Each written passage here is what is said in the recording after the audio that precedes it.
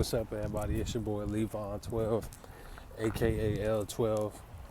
We back on YouTube. I actually I'm making this video because I just got done playing basketball. Right now I'm in Los Angeles, California. I just got done playing basketball at this random rec center right behind me. And I'm walking right now. I'm just walking through the blocks. I don't live here. I'm from Chicago. I don't live here really. So I don't really got nothing to do. I'm waiting on a friend to get off work, so I'm just pretty much homeless right now. As many people are in LA, and there are cars driving in the background, so I apologize for the background noise. But I really wanted to make this video because the reason I'm making this video is because I'm in LA on vacation right now, just chilling, vibing, right? And if you follow me, if you're watching this and you know me in person, you know me in real life, you follow me on Snapchat, you friends me on Snapchat, you follow me on Instagram, you see that I like to post a lot of videos kind of looking at the sky, just like of the sky, of what's going on in the air. And just, I wonder if I can show you guys right now what's going on in the air. If you look, you can see, you feel me, that the sky is not clear, that there's some things going on in the sky, and that there is what looks to be clouds up there. You know what I'm saying? My biggest thing right now is I get frustrated when I see the sky because I know, or I feel like I know what's going on, and I see something that doesn't really agree with my brain, and I'm no longer really in cognitive dissonance about it. You know what I'm saying? Like, I no longer really struggle to hold the two ideas of maybe these clouds, like, even though I see them, doesn't mean they're necessarily natural to this planet, as you may know. And so with these right here, all these clouds, you know what I'm saying? I remember the past couple of days, it's been actually sunny here, clear sky. I hadn't noticed any clouds at all. When I went to the beach yesterday in Santa Monica, I did. But those clouds looked a little bit different from these. And when I woke up at 6 this morning, I looked in the sky and I saw, I said, I see what day it is today. You know what I'm saying? I see planes flying past. I see, trails being left in the sky. And I see them kind of transforming into what you're seeing now, basically, pretty much. And that's the beautiful sun, of course. So with that said, this little intro, I gave the intro to say basically that I'm very disappointed in my generation, and sometimes in myself as well, just based on the fact that we have really attached ourselves to this country in a way that, or to this society in a way that is, I think a lot of our ancestors wouldn't be so proud of. I'm not gonna sit here and act like everything our ancestors did for us was right, especially during the, what people like to think about as the civil rights movement, you know what I'm saying, in the 20th century. Basically to say that, me personally, I have a lot of opinions about the way things was handled, but that's not a conversation for this video. Essentially, I've realized that all of the great leaders that existed then, that we're taught when we're growing up in these school systems. People like Martin Luther King, of course, people like Rosa Parks, people like Malcolm X, Marcus Garvey. They don't really teach Angela Davis a lot. I wasn't taught Angela Davis until I got to college. But people like that, people who during the 20th century, they had big runs, These people, their souls, their spirits, their drive to free us, their drive to to do whatever they want to do exists today. And I think a lot of people think that they know it exists today, or a lot of people, well, I can't speak to what a lot of people think, honestly, but from what I observed, I see a lot of people understand that there is a fire in our generation to protest, to want to separate from this matrix, as what we call it, to be free. We want to be free. I truly believe that. But I think in regards to leadership, we actually don't want to we don't want to stay together and be free together. You know what I'm saying? We don't, as a group, as a generation, I'm talking about me, I'm 20 years old. I'm talking about people who, if I'm in college right now, plus minus all the people that's in high school. So like all, starting from your freshman year to the end of college, that's my generation I'm talking to right now. Right now, the kids who are 13 all the way to people who are 24. I've observed that the people we so in love with the matrix, we so in love with the Instagram, we so in love with Twitter, we so in love with TikTok, we so in love with Facebook, that we are really missing how so many people that are trying to get us free right now, trying to give us the right information that might not sound too good to you, you know what I'm saying, have been essentially overlooked by these huge platforms that we are so in love with.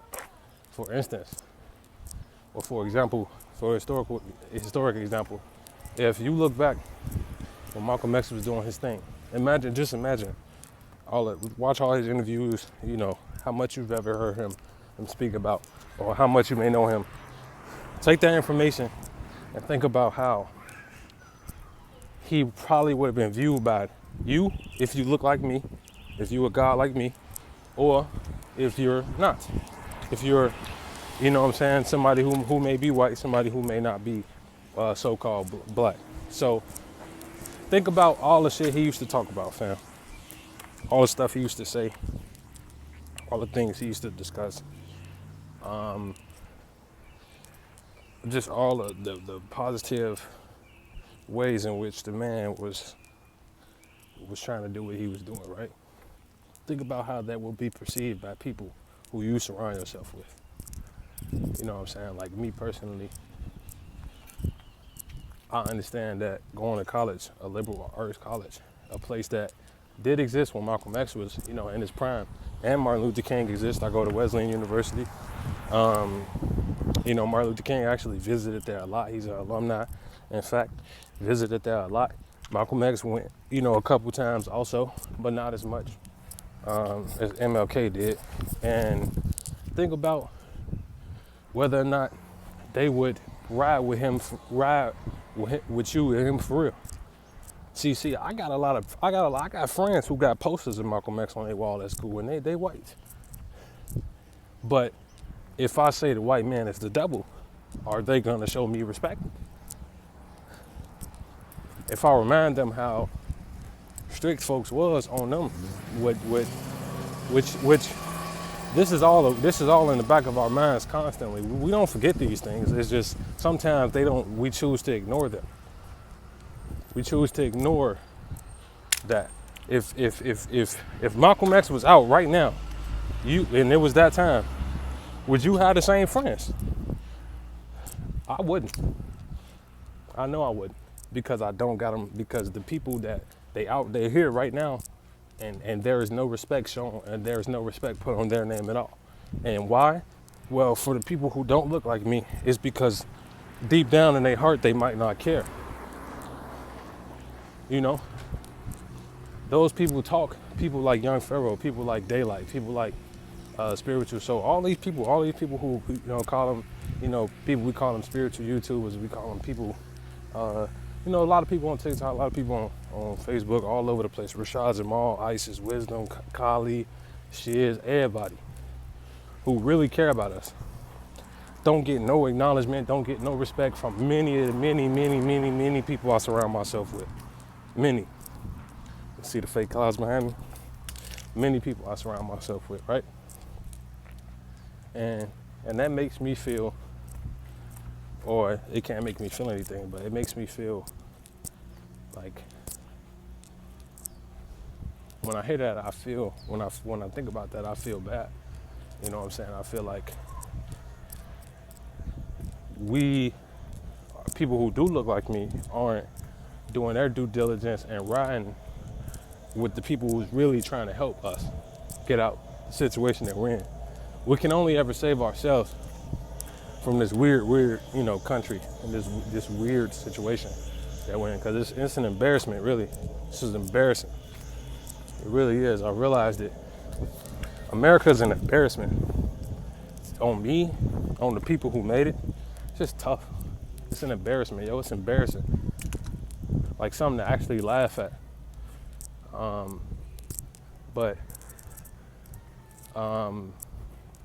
Mostly because I'm walking through these rich neighborhoods out here in LA, and I don't really live like this.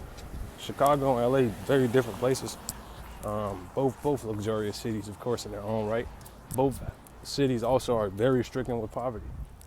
But these areas I'm walking in, these neighborhoods, bro, like, it's embarrassing to think about that this was built on top of what, the land of California was. Almost just failed, folks.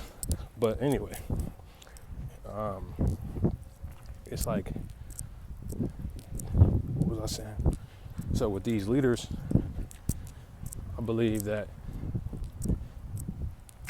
there are, personally, I've experienced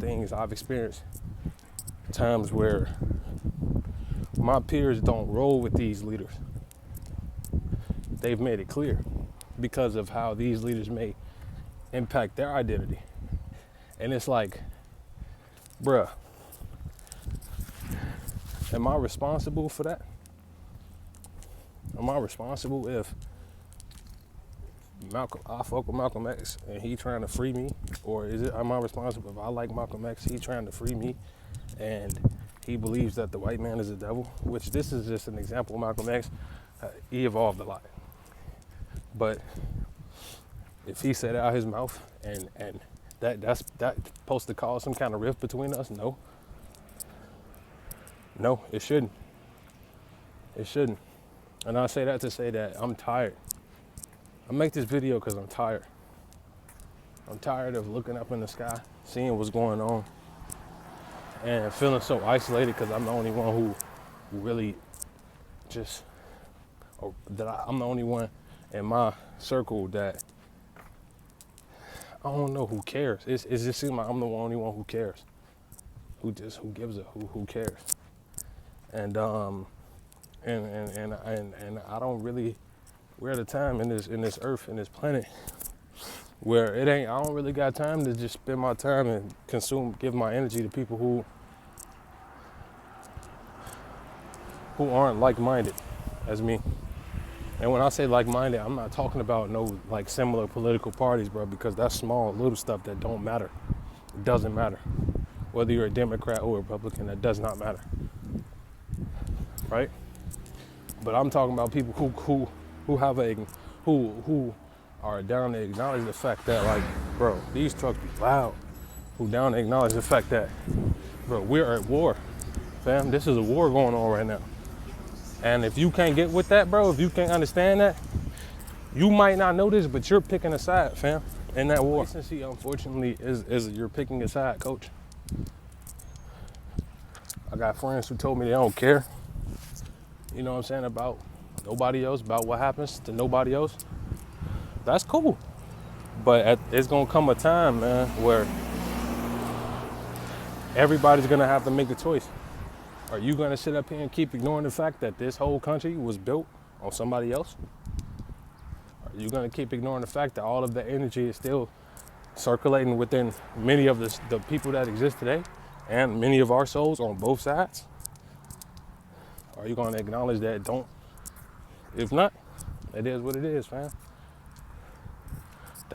It's not my fault what happened to nobody.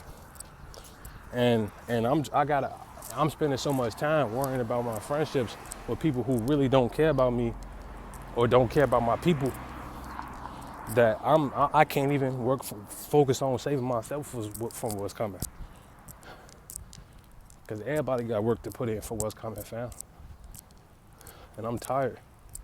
So, man, don't nobody else get my energy from now on, fam. And all that spare energy is coming right here to my old YouTube channel. I'm back. Levon 12 is back. And I'm gonna find some special meaning for the 12. I'll never drop the 12, man. Almost got hit by a car. You feel me? But I'm tired, man. Look at the fake clouds one more time. Look at that beautiful ring around the sun. Well, we out of here.